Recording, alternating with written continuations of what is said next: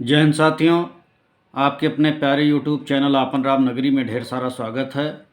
साथियों, आज हम लोग प्रदेश के मुख्यमंत्री की नियुक्ति, उनके शपथ कार्यकाल या उनकी शक्तियों के बारे में, उनके कार्य के बारे में विस्तार पूर्वक चर्चा करेंगे। संविधान द्वारा सरकार की संसदीय व्यवस्था में राज्यपाल राज्य का संवैधानिक प्रमुख होता है, जबकि मुख्यमंत्री वास्तविक रूप से, दूसरे शब्दों में, राज्यपाल राज्य का मुखिया होता है जबकि मुख्यमंत्री सरकार का।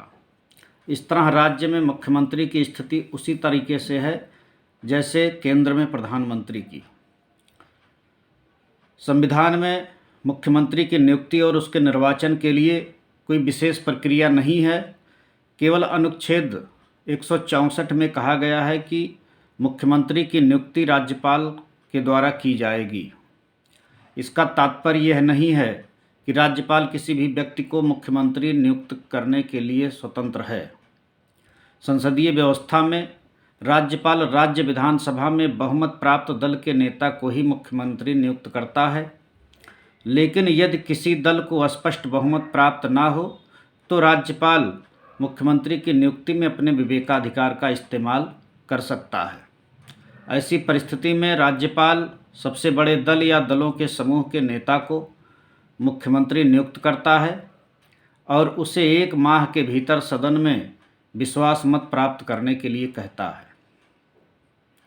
राज्यपाल अपने व्यक्तिगत फैसले द्वारा मुख्यमंत्री की नियुक्ति तब कर सकता है जब कार्यकाल के दौरान उसकी मृत्यु हो जाए और कोई उत्तराधिकारी निश्चित ना हो।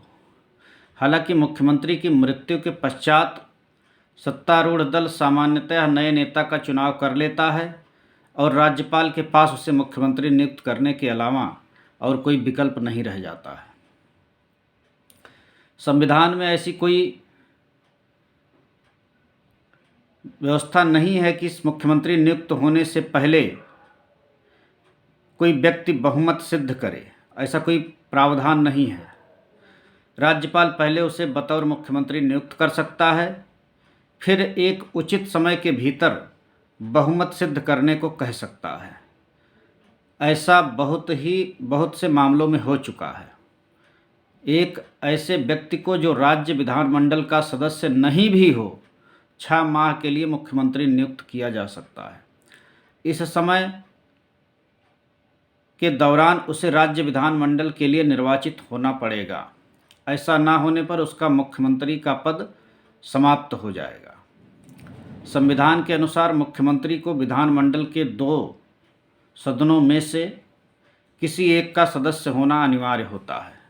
सामान्यतः मुख्यमंत्री निचले सदन विधानसभा से चुना जाता है, लेकिन अनेक अवसरों पर उच्च सदन विधान परिषद के सदस्य को भी बतौर मुख्यमंत्री नियुक्त किया गया है। इनका शपथ जो है मुख्यमंत्री का, कार्य ग्रहण करने से पूर्व राज्यपाल उसे पद एवं गोपनीयता की शपथ ग्रहण कराता है। अपनी शपथ में मुख्यमंत्री के द्वारा कहा जाता है अपना नाम ले करके कि मैं भारत के संविधान के प्रति सच्ची श्रद्धा और सत्यनिष्ठा रखूँगा, भारत की प्रभुता और अखंडता को बनाए रखूँगा, मैं अपने दायित्वों का श्रद्धापूर्वक और शुद्ध अंतःकरण से निर्वहन करूँगा, मैं भय या पक्षपात, अनुराग या द्वेष के बिना सभी प्रकार के लोगों के प्रति संविधान और विधि के अनुसार न्याय करूँगा। इसके बाद वो गोपनीयता की शपथ लेते हैं, जिसमें अपनी शपथ में मुख्यमंत्री वचन देता है कि जो विषय राज्य के मंत्री के रूप में मेरे विचार में लाया जाएगा अथवा मुझे ज्ञात होगा, उसे किसी व्यक्ति या व्यक्तियों को तब के सिवाय जबकि ऐसे मंत्री के रूप में अपने कर्तव्यों के सम्यक निर्वहन के लिए ऐसा करना अपेक्षित हो, मैं प्रत्यक्ष अथवा अप्रत्यक्ष रूप से संसूचित या प्रकट नहीं करूँगा। ये पद और गोपनीयता की शपथ होती है। उसके बाद मुख्यमंत्री का कार्यकाल निश्चित नहीं है, वह राज्यपाल के प्रसाद पर्यंत अपने पद पर रहता है। हालांकि इसका यह मतलब नहीं है कि राज्यपाल उसे किसी भी समय बर्खास्त कर सकता है। राज्यपाल द्वारा उसे तब तक बर्खास्त नहीं किया जा सकता जब तक कि उससे विधानसभा में बहुमत प्राप्त है, लेकिन यदि वह विधानसभा में विश्वास खो देता है तो उसे त्यागपत्र देना पड़ता है, अन्यथा राज्यपाल उसे बर्खास्त कर देगा। मुख्यमंत्री के वेतन भत्तों का निर्धारण विधानमंडल के द्वारा किया जाता है। राज्य विधानमंडल के प्रत्येक सदस्य को मिलने वाले वेतन भत्तों सहित उसे व्यय विषयक भत्ते, निःशुल्क आवास, यात्रा भत्ता, चिकित्सा सुविधाएं आदि प्राप्त हैं। मुख्यमंत्री की कार्य एवं शक्तियां। सबसे पहले मंत्रिपरिषद के संबंध में, मुख्यमंत्री राज्य मंत्रिपरिषद के मुखिया के रूप में कार्य करता है। वह राज्यपाल उन्हीं लोगों को मंत्री नियुक्त करता है जिनकी सिफारिश मुख्यमंत्री के द्वारा की जाती है। वो मंत्रियों के विभागों का वितरण और फेरबदल करता है। मतभेद होने पर वह किसी भी मंत्री से त्यागपत्र देने के लिए कह सकता है या राज्यपाल को उसे बर्खास्त करने का परामर्श दे सकता है। वह मंत्रिपरिषद की बैठक की अध्यक्षता कर इसके फैसलों को प्रभावित करता है। मुख्यमंत्री सभी मंत्रियों के क्रियाकलापों में सहयोग, नियंत्रण, निर्देश और मार्गदर्शन करता है। अपने कार्य से त्यागपत्र देकर वह पूरी मंत्रिपरिषद को समाप्त कर सकता है। चूँकि मुख्यमंत्री मंत्रिपरिषद का मुखिया होता है, इसके इस्तीफे या मौत के कारण मंत्रिपरिषद अपने आप ही विघटित हो जाती है। दूसरी ओर यदि किसी मंत्री का पद रिक्त होता है तो मुख्यमंत्री उसे भर सकता है अथवा नहीं भी भर सकता है। उसके द्वारा खाली हुए विभाग को अपने पास रख सकता है। राज्यपाल के संबंध में, मुख्यमंत्री राज्यपाल और मंत्रिपरिषद के बीच संवाद का प्रमुख तंत्र होता है। राज्य के कार्यों के प्रशासन संबंधी व विधि विधान के विषय में से संबंधित सूचनाओं को, जानकारियों को राज्यपाल को सूचित करना होता है। राज्य के कार्यों के प्रशासन संबंधी व विधि विधान के विषय में से संबंधित जो जानकारी राज्यपाल के द्वारा मांगी जाती है, मुख्यमंत्री अथवा उनके कार्यालय द्वारा वो जानकारी राज्यपाल को देनी होती है।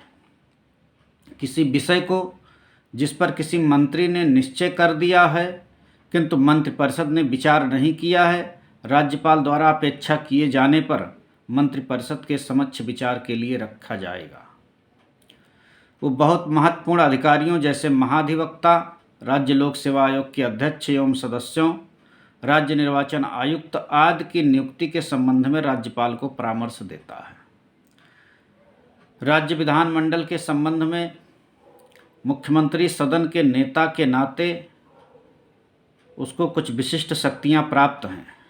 वो राज्यपाल को विधानसभा का सत्र बुलाने एवं उसे स्थगित करने के संबंध में सलाह देता है। वह राज्यपाल को किसी भी समय विधानसभा विघटित करने की सिफारिश कर सकता है। वह सभा पटल पर सरकारी नीतियों की घोषणा कर सकता है। इनके अलावा मुख्यमंत्री को कुछ विशिष्ट शक्तियां प्राप्त हैं, जैसे वह राज्य योजना बोर्ड का अध्यक्ष होता है। वह संबंधित क्षेत्रीय परिषद के क्रमवार उपाध्यक्ष के रूप में कार्य करता है। एक समय में इसका कार्यकाल 1 वर्ष का होता है। वह अंतर्राज्यीय परिषद और नीति आयोग की गवर्निंग काउंसिलिंग का सदस्य भी होता है। इन दोनों परिषदों की अध्यक्षता प्रधानमंत्री द्वारा की जाती है। वह राज्य सरकार का मुख्य प्रवक्ता होता है। आपातकाल के दौरान राजनीतिक स्तर पर वह मुख्य प्रबंधक होता है। राज्य का नेता होने के नाते वह जनता के विभिन्न वर्गों से मिलता है और उनसे उनकी समस्याओं आदि के संबंध में ज्ञापन प्राप्त करता है। वह सेवाओं का राजनीतिक प्रमुख होता है। इस तरह राज्य प्रशासन में बहुत महत्वपूर्ण एवं अहम भूमिका अदा करता है। हालांकि राज्यपाल का विवेकाधिकार राज्य प्रशासन में मुख्यमंत्री की कुछ शक्तियों, प्राधिकार, प्रमुख प्रतिष्ठा आदि में कटौती कर सकता है। इसके अलावा मुख्यमंत्री अपने कार्यों में सहयोग के लिए एक मंत्रिपरिषद का गठन करता है, मंत्रियों की नियुक्ति करता है। अन्य मंत्रियों की नियुक्ति मुख्यमंत्री के परामर्श पर राज्यपाल के द्वारा की जाती है। इसका अभिप्राय राज्यपाल उन्हीं लोगों को बतौर मंत्री नियुक्त करता है जिनकी सिफारिश मुख्यमंत्री करता है। सामान्यतः उसी व्यक्ति को बतौर मंत्री नियुक्त किया जाता है जो विधानसभा या विधान परिषद में से किसी एक सदन का सदस्य हो। कोई व्यक्ति यदि विधानमंडल का सदस्य नहीं भी है तो उसे मंत्री नियुक्त किया जा सकता है, लेकिन 6 महीने के भीतर उसका सदस्य बनना अनिवार्य है।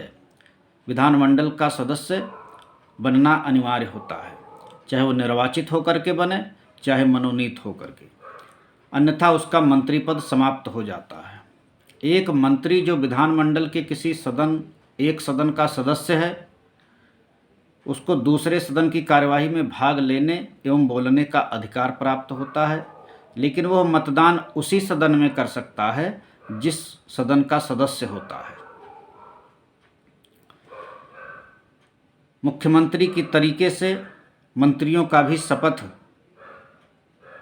प्रदेश के राज्यपाल के द्वारा कराई जाती है। वो भी अपने पद एवं गोपनीयता की शपथ लेते हैं। इसके बाद मंत्रिपरिषद, राज्य मंत्रिपरिषद के आकार एवं मंत्री के पद को अलग अलग से विवेचित नहीं किया गया है। मुख्यमंत्री समय और परिस्थिति के हिसाब से इसका निर्धारण करता है। केंद्र की तरह ही राज्य मंत्रिपरिषद के भी 3 वर्ग कैबिनेट मंत्री, राज्य एवं उपमंत्री होते हैं। उपमंत्री मतलब स्वतंत्र प्रभार वाले। विशेष भत्ते और राजनीतिक महत्ता के हिसाब से उनमें विभेद भी होता है, अंतर होता है। इन मंत्रियों के ऊपर मुख्यमंत्री राज्य में सर्वोच्च शासकीय प्राधिकारी होता है। कैबिनेट मंत्रियों के लिए राज्य सरकार के महत्वपूर्ण विभाग जैसे गृह विभाग, शिक्षा, वित्त, कृषि आदि वह सभी कैबिनेट के सदस्य होते हैं और इसकी बैठक में भाग लेकर नीति निर्धारण में महत्वपूर्ण भूमिका अदा करते हैं। इस प्रकार उनकी जिम्मेदारी राज्य सरकार के संपूर्ण मामलों में होती है। राज्य मंत्रियों को या तो स्वतंत्र प्रभार दिया जा सकता है या उन्हें कैबिनेट के साथ संबद्ध किया जा सकता है।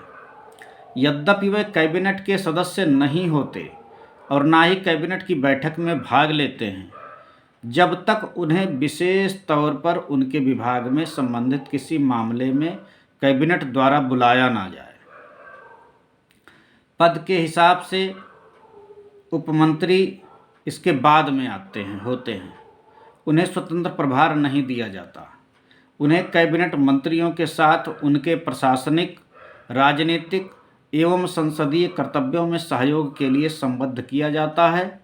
वह कैबिनेट के सदस्य नहीं होते और कैबिनेट की बैठक में भाग नहीं लेते हैं।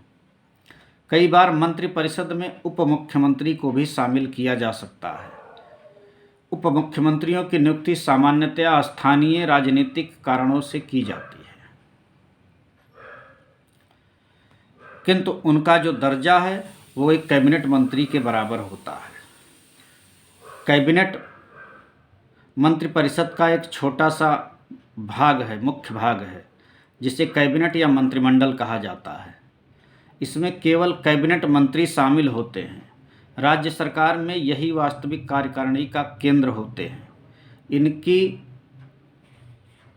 जो प्रमुख भूमिका होती है उसमें सबसे पहले ये कि राज्य की राजनीतिक प्रशासनिक व्यवस्था में सर्वोच्च नीति निर्धारक कार्यकारिणी होती है कैबिनेट। यह राज्य सरकार की मुख्य नीति निर्धारक अंग है। कैबिनेट राज्य सरकार के मुख्य कार्यकारी अधिकारी की तरह होती है। यह राज्य सरकार की प्रशासनिक व्यवस्था में मुख्य समन्वयक होती है। यह राज्यपाल की सलाहकार भी होती है। यह मुख्य आपात प्रबंधक होती है और इस तरह आपात स्थितियों को संभालती है। यह सभी प्रमुख वैधानिक और वित्तीय मामलों को देखती है। यह उच्च नियुक्तियां करता है, जैसे संवैधानिक प्राधिकारी और वरिष्ठ प्रशासनिक सचिवों की नियुक्ति। कैबिनेट में ही कुछ कैबिनेट समितियां होती हैं। कैबिनेट समिति में विभिन्न प्रकार की समितियों के जरिए कार्य किया जाता है, जिन्हें दो भागों में, जिनमें नंबर 1 अस्थायी समिति, नंबर 2 अल्पकालिक समिति के रूप में विभाजित किया गया है। अस्थायी समिति की जो प्रकृति होती है वो अस्थायी होती है, वह अल्पकालिक समिति की जो प्रकृति होती है वो अस्थायी होती है अथवा अल्पकालिक होती है। परिस्थितियों एवं आवश्यकता अनुसार इन्हें मुख्यमंत्री गठित करता है और इनकी संख्या, संरचना आदि का समय समय पर अलग अलग ढंग से निर्धारण किया जाता है। ये केवल मुद्दों का समाधान ही नहीं करती, बल्कि कैबिनेट के सामने सुझाव भी रखती हैं और निर्णय भी लेती हैं। हालांकि कैबिनेट उनके फैसलों की समीक्षा कर सकती है। साथियों, इस प्रकार हम लोग राज्य के मुख्यमंत्री की नियुक्ति, उनके कार्यकाल, उनके द्वारा मंत्रिपरिषद का गठन, उनकी कार्य शक्तियों के बारे में, राज्य में उनके महत्व, उनके योगदान के बारे में विस्तार पूर्वक चर्चा कर रहे थे। हमें उम्मीद है आपको काफ़ी बेहतर जानकारी मिलेगी। आपको ये वीडियो कैसी लगी, अपना अनुभव, अपनी विचार कमेंट बॉक्स में ज़रूर साझा करिएगा। यदि आप चैनल पर नए हैं तो कृपया करके सब्सक्राइब कर लीजिएगा, लाइक करिएगा, कमेंट करिएगा, शेयर करिएगा। बहुत बहुत धन्यवाद।